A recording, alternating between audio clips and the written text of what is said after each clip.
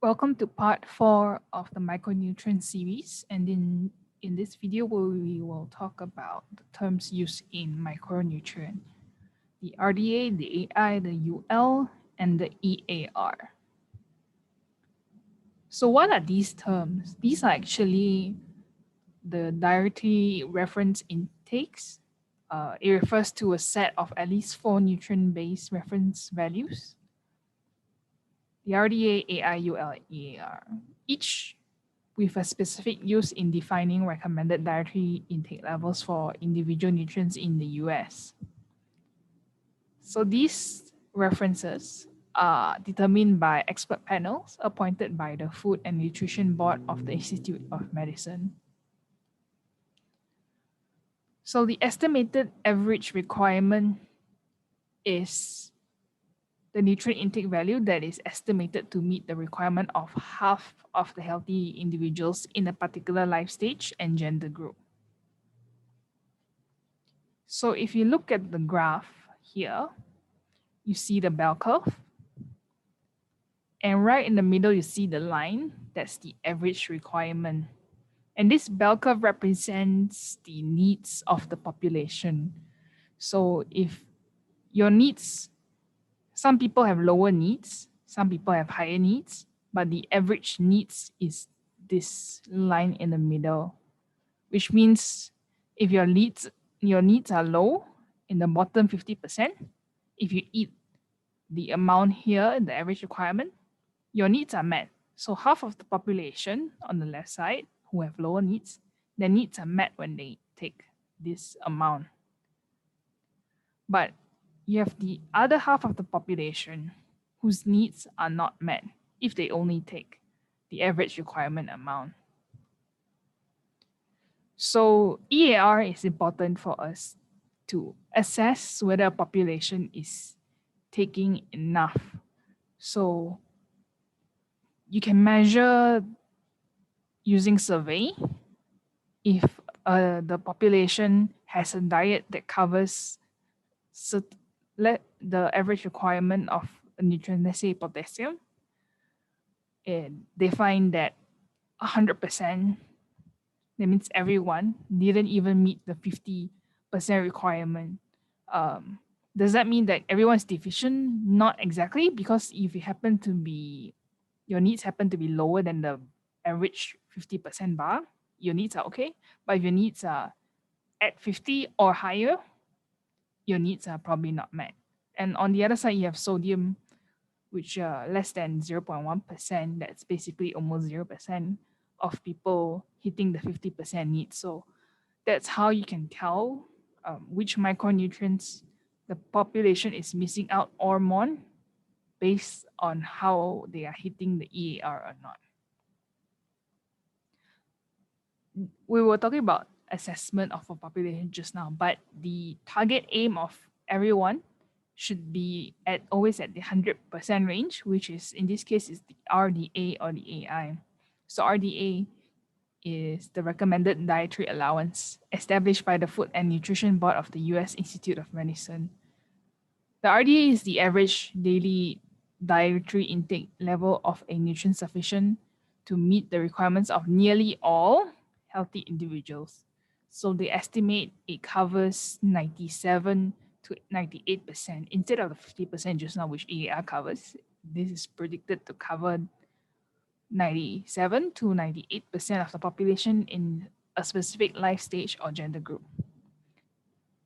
So you also have the adequate intake, the AI, established by the same board.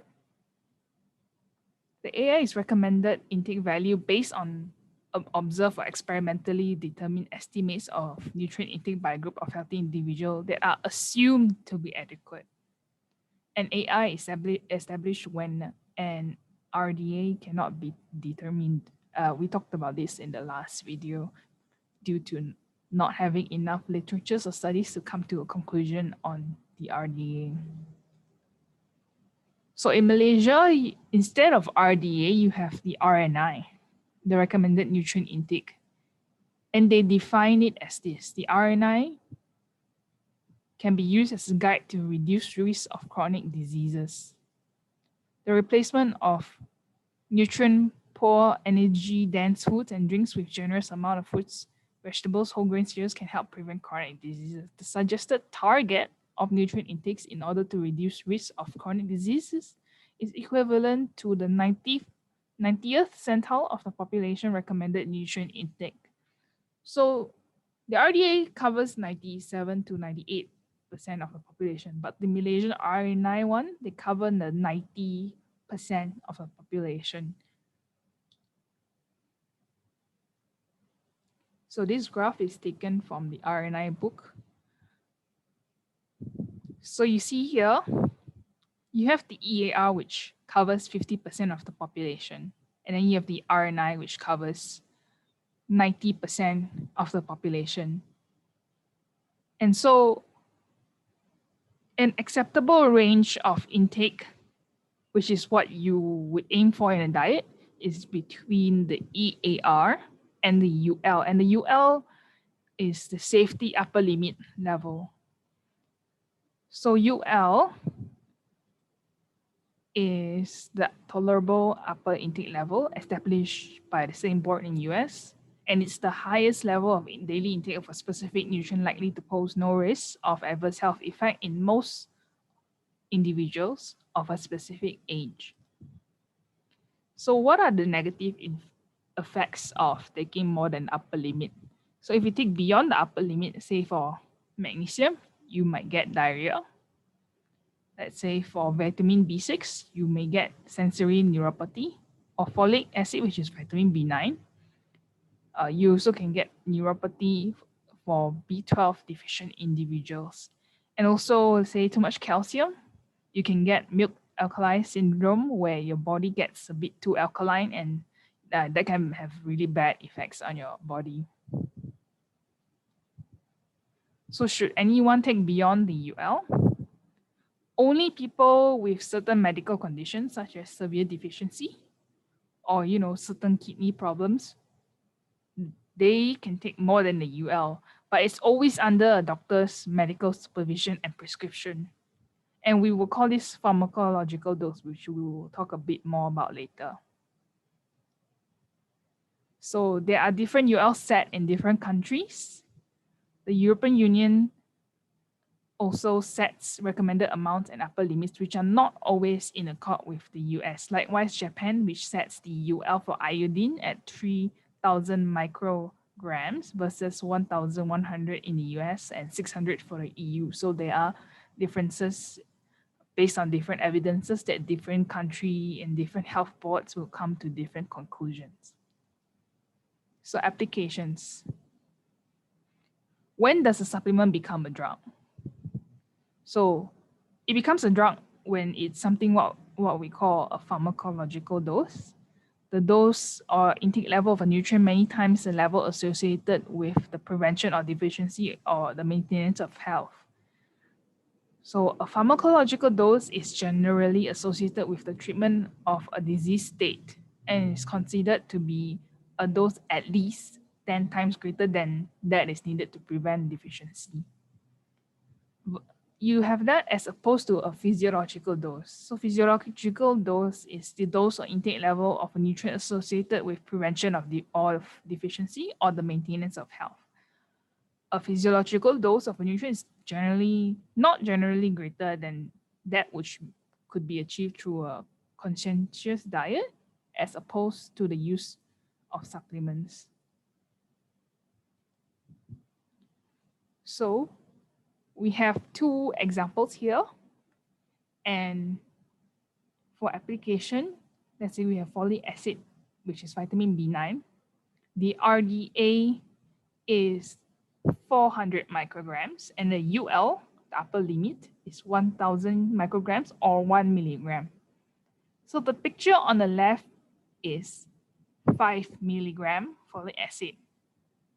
What category would it fall? Is it a supplement or is it a drug or pharmacological dose? Well, I know it's at least 10 times the amount of the normal RDA. 10 times of 400 would be 4,000 micrograms. but it's also higher than the UL, which they set for healthy individuals to prevent side effects, and that's 1 milligram. So the picture on the left, I would consider a pharmacological dose, which is almost like a drug. So the picture on the right is a 800 microgram folic acid. So that is is more than the RDA of the 400. It's 800, but it's less than the UL of safety limit. It's 1 milligram. So I would consider this an acceptable dose to be called a supplement that you can buy as consumers without any professional healthcare to oversee it. So this would be a physiological dose, and I'll call this a supplement. So what are the risks of taking more than UL folic acid, vitamin B9? So the LPI, Linus Pauling Institute, mentioned that taking 5 milligram of folic acid makes a person at risk of developing irreversible neurological damage. Neurological meaning involves nerves and nervous system, which includes the brain, spinal cord, and all sensory and motor nerves. In order to be very sure of preventing irreversible neurological damage in vitamin B12 deficient individuals, the Food and Nutrition Board of the US Institute of Medicine advises that all adults limit their intake of folic acid, supplements, and fortification to 1 milligram daily or 1,000 microgram daily, which is the same thing. So the RNI, which is the Malaysian board, they go even further. They say taking more than the UL increase cancer risks in some studies, such as colorectal cancer and prostate cancer, increase the cancer outcomes and all-cause mortality in patients with ischemic heart disease. The presence of unmetabolized folic acid in the blood has also been reported and is thought to be associated with decreased natural killer cytotoxicity. So these are the negative effects that could happen if you take beyond the UL without any medical advice. Okay, example 2.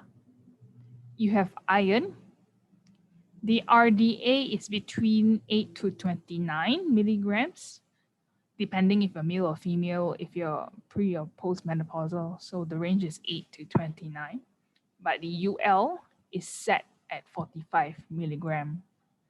So on the picture on the left, you read the tablets, the wording says ferrous fumarate 200 milligrams. But a bit of conversion here, it doesn't immediately mean 200 milligram of iron because you have to convert that because it's a salt. We talked about this in previous video. You have to know how much of element is in there, and there's equivalent to 65 milligram of iron. I've converted it here. So that's higher than the UL.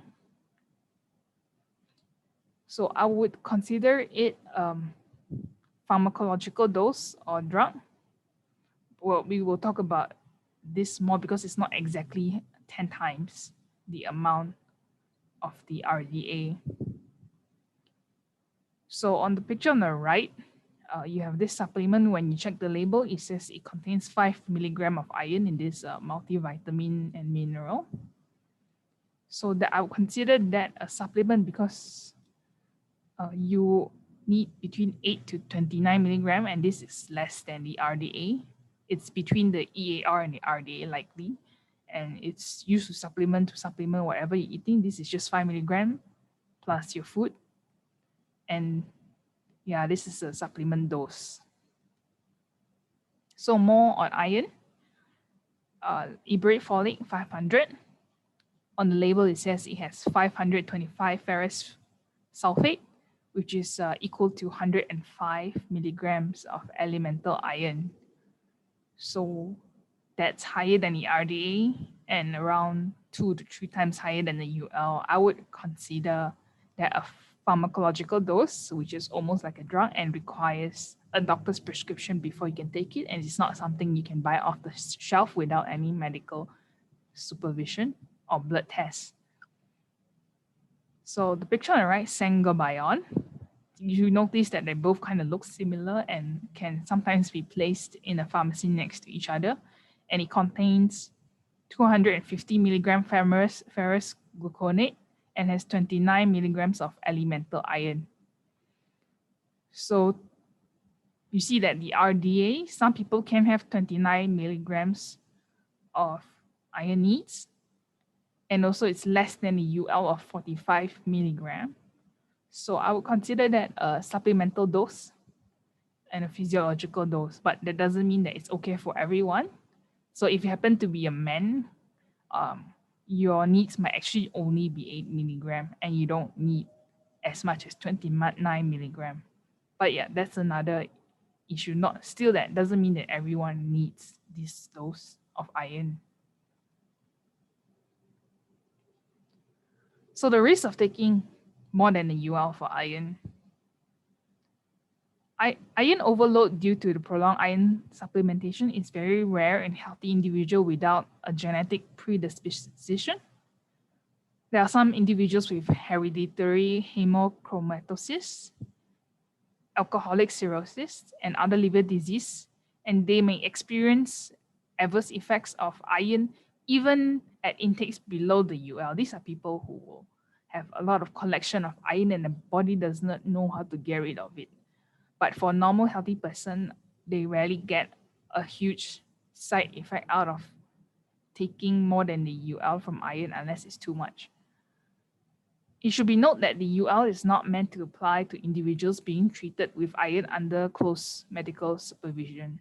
So this UL does not apply to those who are actually iron deficient and they are actually taking iron perhaps long-term or temporarily under medical supervision.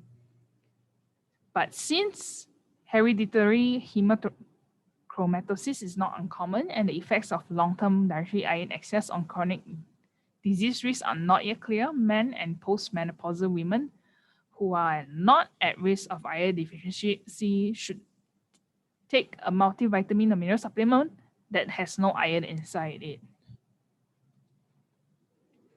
When does a supplement become a drug for vitamin B complex? So this is Neurobion. It has vitamin B1, B6, and B12. Vitamin B6, the RNI is 1.3 milligrams. The UL is 100 milligram. There are no upper limits for B1 and B12. It's basically not set because it either cannot be determined or so far there are no toxicity reports with high levels. But there is one for B6.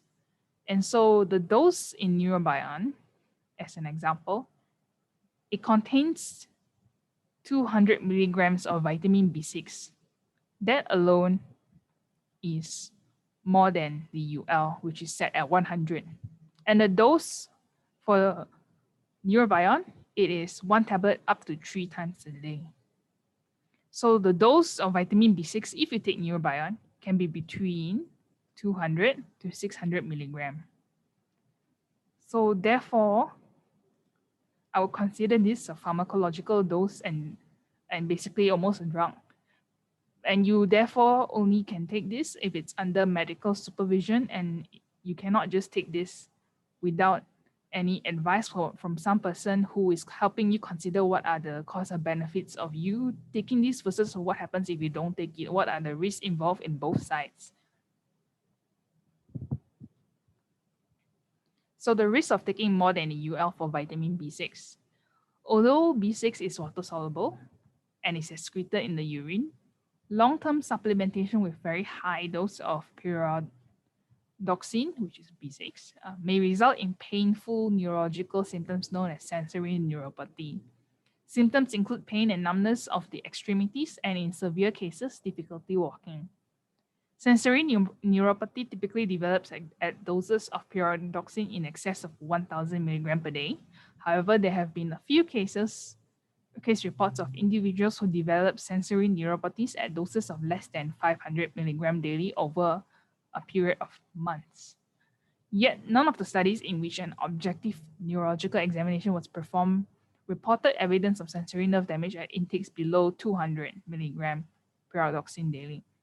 To prevent sensory neuropathy in virtually all individuals, the Food and Nutrition Board of Institute of Medicine set the tolerable upper intake level UL for pyridoxine at 100 milligrams per day for adults. Because placebo-controlled trials have generally failed to show therapeutic benefits of high doses of pyridoxine, there is little reason to exceed the UL of 1000 milligrams per day. So we're going to talk a bit about the labels. What is the percentage value on supplement labels? The DV, as you can see on supplemental labels, it's known as daily value. It refers to the dietary reference values required as the basis for declaring nutrient content on all products regulated by the US Food and Drug Administration, FDA. So it's a requirement for them to declare the content, including nutritional supplements. The DVs for vitamins and minerals reflect the National Academy of Sciences 1968 RDAs and do not reflect the most up-to-date dietary references intake. So this is the percentage and conversion is not based on the most updated information. It's based on what was set in the 1968 information. So you see here a picture. You see the label supplemental facts and daily value is here. So vitamin A 12,500 IU, and that represents 50% of the daily value that was set by the 1968 RDAs. Okay, some examples of labeling. So when you look at the label, you will notice the serving size of the tablet. So how many servings is in there? 100, and it's based on one tablet, so there are a total of 100 tablets. And there's the list of daily values. How many percent is that compared to the daily values set in the 1968 information? You see some other ingredients listed at the bottom, like gelatin, lactose. These are like the side ingredients, but the main ingredients and supplements are listed in the middle, and their strengths are listed there. And there are different units for the different supplements. mg and mcg is different. Mg is milligram, mcg is microgram, but sometimes instead of mcg, it's a μg. It looks like a ug, but it's the Greek sign for u.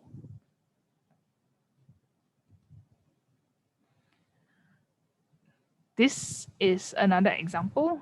This is much more complex. This has a lot of ingredients inside, and you can just see the range of DV values ranging between 1% to say 12,500%.